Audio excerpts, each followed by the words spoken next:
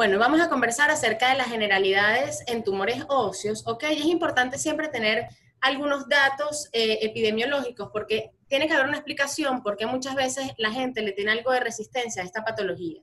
Y el motivo es el siguiente, es una patología que generalmente es infrecuente, ¿ok? Con una tasa de mortalidad por cáncer que en las estadísticas más optimistas tenemos hasta 1% de morbilidad por esta patología, por ende, pues hay poca experiencia en este tipo de tumores. Pero ¿qué pasa cuando vamos a evaluar un caso y cómo entrarle y cómo intentar de que no sea tan tedioso? Bueno, primero que nada, hay datos que nos ayudan desde el punto de vista epidemiológico, por ejemplo, la edad. En pacientes de 3 a 10 años es fundamental que pensemos en osteomielitis crónica. Adicionalmente, los quistes óseos generalmente los vemos en población pediátrica, así como las histiocytosis de células de Langerhans. Posteriormente, en edades entre 10 y 15 años, los defectos fibrosos corticales, así como los fibromas nocificantes, es importante tenerlos en cuenta. Ya nos aparece el monstruo de la patología ósea, que es el osteosarcoma, y en lesiones epifisiarias, los condroblastomas. Entre los 15 y 20 años, el osteosarcoma sigue teniendo una validez importante a pesar de que dejan de ser pacientes realmente adolescentes, así como el osteoma osteoide.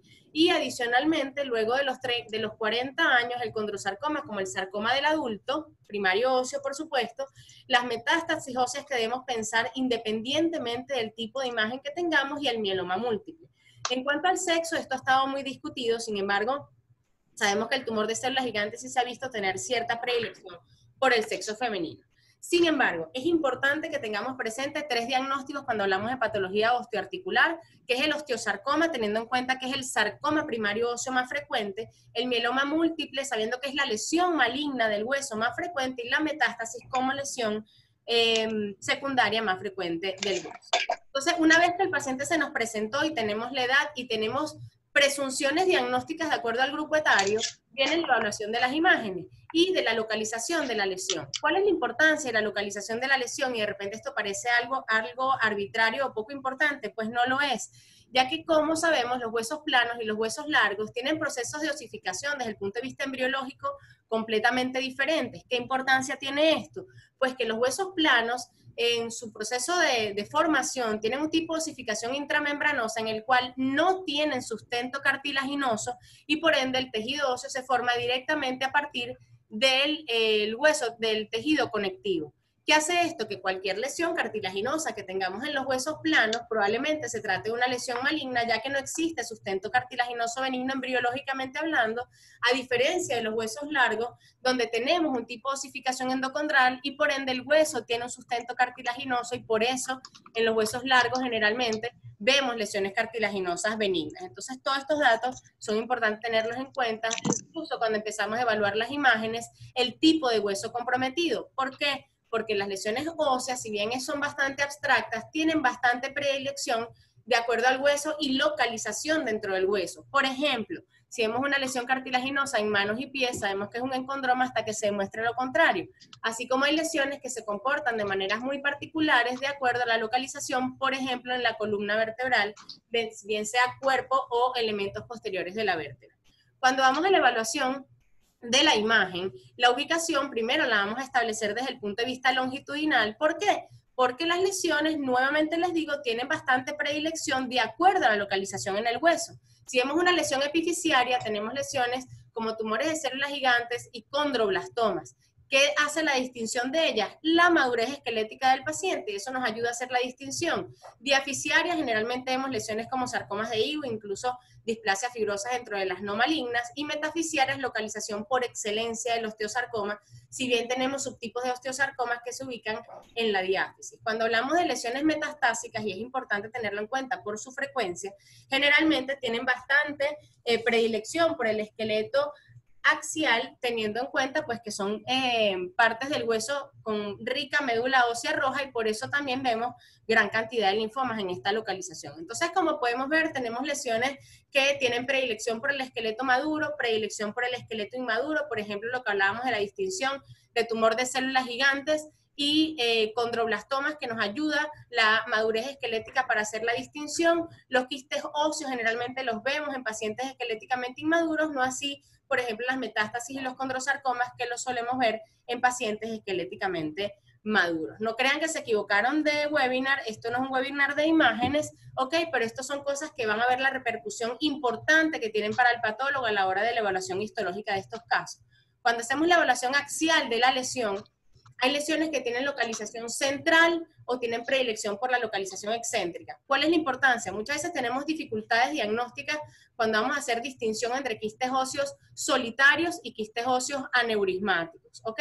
El quiste óseo solitario muchas veces tiene predilección central y el quiste óseo aneurismático tiende a ser una lesión mucho más excéntrica, y de ahí que tengamos la necesidad de solicitar ambas proyecciones en la radiología. Una sola no nos es suficiente. A veces el quiste óseo solitario muestra ciertos tabiques que traen confusión con el quiste óseo aneurismático, y muchas veces la localización nos ayuda. Igualmente el fibroma condromixoide, que suele ser una lesión bastante excéntrica, igual por supuesto fibroma nosificante y efecto fibroso cortical. Cuando vamos a evaluar una lesión en columna vertebral, es bien interesante que ella es bien benévola en el hecho de que el cuerpo vertebral o la porción anterior de la vértebra suele ser asiento de lesiones malignas, como por ejemplo sarcomas de Ewing o metástasis, linfomas, lo hablamos ya.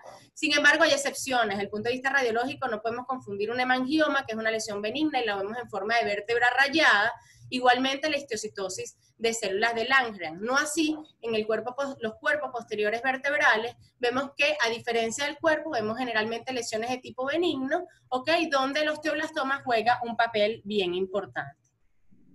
Cuando vamos a hablar de zona de transición de la lesión, esto es un tema súper importante y que nos ayuda enormemente para la interpretación de los hallazgos histológicos. Cuando vemos una lesión de bordes netos, como la que vemos en la imagen de la izquierda, donde yo puedo delimitar con el dedo perfectamente la lesión, que sé dónde está la lesión y dónde está el hueso sano, eso se trata de una transición estrecha, bordes netos. No así cuando vemos lesiones donde no tengo idea dónde empieza, no tengo idea dónde termina. Esto es una lesión que probablemente tiene un crecimiento permeativo e incluso con reacciones periósticas como la que vemos aquí, un ángulo de Cotman, cuidado con el término triángulo porque esto no tiene base, y así podemos saber que la imagen de los bordes estrechos es benigna y puede esperar que yo revise el libro y que lo consulte y que haga todo lo que vaya a hacer, pero la imagen de la derecha no puede esperar, es maligna y es una paciente o un paciente que tenemos que pues apurarnos con el diagnóstico porque probablemente se beneficie de un tratamiento neoadyuvante. Cuando hablamos de patrón de crecimiento, tenemos patrones de crecimiento geográficos, A, B o C, muy típicos de los tumores de células gigantes, patrones de crecimiento apolillados cuando vemos hueso sano entre las áreas tumorales, y permeativo cuando no vemos hueso sano y sencillamente es una lesión que se confunde con el hueso sano adyacente. Los patrones de crecimiento geográfico los vemos generalmente en lesiones de tipo benigno. ¿Cuáles son las excepciones? Por ejemplo, histiocytosis de células de Langerhans y los mielomas múltiples, que son los típicos sacabocados de cráneo, ¿ok? Y el apolillado y permeativo lo vemos generalmente en lesiones malignas, sin embargo, con muchas excepciones, como por ejemplo la osteomielitis crónica, que sabemos es la gran imitadora. En cuanto a la matriz, tenemos matriz ósea, que es bien radiopaca, bien densa, la matriz cartilaginosa, que hace estas calcificaciones anulares. Importante saber que no vemos calcificado el cartílago es lo que vemos radiolúcido en su centro, y lo que vemos radiopaco, que hace el anillo, es el encasement, es la coraza de hueso que rodea el cartílago hialino, y la matriz radiolúcida, que puede estar constituida por líquido, sangre o tejido fibroso. La reacción perióstica también es algo que nos da una información súper valiosa, ya que, por ejemplo, cuando tenemos reacciones periósticas sólidas, podemos ver bien que es un hueso que está respondiendo, que está conteniendo la lesión, por más fea que veamos el patrón de crecimiento. Lo vemos mucho en las osteomelitis. A diferencia de las reacciones periósticas en sol naciente, por ejemplo, que esto no es más que la lesión saliendo por los canales de Haber's y haciendo esta reacción de tipo cepillo o sol naciente, típico de lesiones malignas. Y el compromiso de tejidos blandos, el cual generalmente lo evaluamos a través de la resonancia magnética y la tomografía computarizada, que nos permite la evaluación de la cortical. Sin embargo, tenemos que estar conscientes, no sé, dependiendo de dónde ustedes vengan, aquí tenemos que hacer un uso bien consciente de los recursos. Hay pacientes que sencillamente no requieren un estudio adicional, por ejemplo, para saber que tiene un compromiso de tejidos blandos y sabemos que esto es una lesión que se está comportando de una manera muy agresiva. Si bien para el traumatólogo la tomografía probablemente y la resonancia sean de bastante validez para su planificación quirúrgica. Entonces, en resumen, para la evaluación de la imagen es importante la localización. Ya sabemos que hay lesiones típicas de cada localización del hueso, el tipo de de crecimiento, el tipo de destrucción del hueso, el límite fundamental para nosotros interpretar esos hallazgos histológicos, la matriz que producen, así como la reacción perióstica que el hueso está teniendo en respuesta a la lesión. Entonces, una lesión benigna va a estar caracterizada por un borde esclerótico definido, por una reacción perióstica generalmente sólida, una destrucción ósea generalmente geográfica con sus excepciones, y la maligna, por supuesto, todo lo contrario, con reacciones periósticas interrumpidas y destrucciones de tipo permeativo o apolillado. Entonces, hagamos un ejercicio sencillamente con la lista que acabamos de ver. ¿Ok? Una paciente femenina de 11 años, un hueso largo, una lesión en metáfisis excéntrica, de un patrón de crecimiento geográfico. De repente yo no sé qué es esto, pero yo sé que es una lesión benigna y que tengo tiempo para estudiar o para consultar el caso de ser necesario. Esta es la imagen típica de un fibroma no osificante. No así esta paciente femenina, igualmente una lesión en tibia con bordes mal delimitados, un patrón de crecimiento permeativo, una producción de matriz ósea franca. De repente no sé qué es, pero esto es una lesión maligna y esta es una paciente que tengo que diagnosticar con manera urgente, de manera que se beneficie de terapia neoadyuvante, y esta es la imagen típica de un osteosarcoma. Entonces ustedes dirán, insisto, bueno, me equivoqué de charla, creo que me vine a la que no era. Pues no. ¿Por qué? Porque el patólogo necesita manejar toda esta información para poder hacer un diagnóstico acertado, y se los voy a demostrar. Tenemos que hacer esta disertación antes de enfrentar la lámina, y les voy a explicar por qué. Podemos tener lesiones tan celulares, incluso con actividad mitótica importante, áreas de aspecto necrótico, si lo interpretamos de esta manera, otras con células gigantes multinucleadas, áreas incluso de aspecto mixoide que pueden confundir con condrosarcoma, y hasta podemos tener lesiones que produzcan matriz ósea e incluso imitar una infiltración del hueso sano adyacente. Si yo evalúo estas imágenes, probablemente puedo diagnosticar un condrosarcoma, un osteosarcoma, o quién sabe cuál sarcoma, pero si evaluamos los estudios de imágenes, vemos que la primera era una lesión con unos bordes muy estrechos en una pacientica joven de 12 años, que corresponde a un condroblastoma. La segunda, una lesión en hueso del pie, en tercer metatarsiano, con una deformidad, sin embargo, un patrón radiológico completamente benigno o, digamos, localmente agresivo, ¿ok? Un fibroma condromixoide. Y el último, y uno de los más importantes, sencillamente un callo de fractura, donde el diagnóstico diferencial principal es un osteosarcoma. Entonces, la dirección de la evaluación de estos casos tiene que ser esta. Tenemos que tener una idea de la presunción diagnóstica de manera de hacer una adecuada interpretación de los hallazgos que vemos desde el punto de vista histológico. Y aquí otro ejemplo. Aquí vemos una lesión, si vemos la histología, un cartílago hialino, donde vemos algo de hipercelularidad, incluso binucleación, ¿ok? Y podemos perfectamente concordarlo con esta imagen en el hueso del pie, ¿ok? En el metatarsiano, una lesión expansiva pudiera ser perfectamente un encondroma de manos y pies, ya que suelen ser lesiones de celularidad alarmante. Pero resulta que esta histología pertenece a una lesión de un hueso largo con un área de radiolucidez, con áreas de calcificación, y que en la tomografía podemos ver claramente que tiene una ruptura de la cortical y correspondía a un condrosarcoma grado 1. Entonces vemos cómo la misma histología puede compartirse perfectamente en dos imágenes completamente opuestas.